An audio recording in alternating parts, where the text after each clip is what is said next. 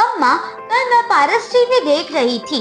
जब मैंने देखा और सुना कि विराट महाराज जी को चर्या शिरोमणि कह रहे थे, तो मैंने सोचा कि उनको चर्या शिरोमणि क्यों कहते हैं। उनके बारे में कोई स्टोरी सुनाओ ना। हाँ मम्मा, सुनाओ ना। आचार्य विराट सागर महाराज जी को चर्या शिरोमणि इसलिए कहते हैं क्योंकि उनकी चर्या एकदम जैन आगम के अनुसार ही करते थे। उन्होंने 400 से ज्यादा दीक्षाएं दी थी और 100 से ज्यादा समाधियां भी करवाई थी।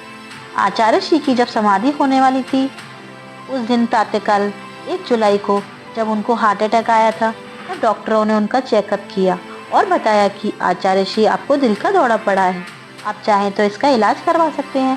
पर आचार्य श्री ने अपनी चर्या को नहीं छोड़ा और उन्होंने कहा कि नहीं, हम अपनी चर्या को नहीं छोड़ेंगे, चाहे जो हो जाए।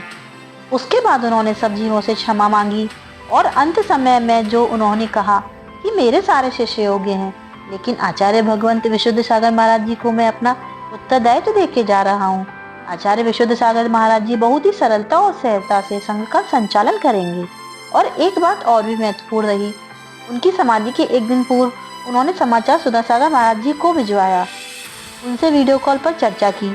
आचार्य भगवंत विराट सागर जी महाराज जी ने, जैसा कि पंचम काल में योग में वर्णन आता है, मूलाचार में वर्णन आता है, वही चर्या उन्होंने की।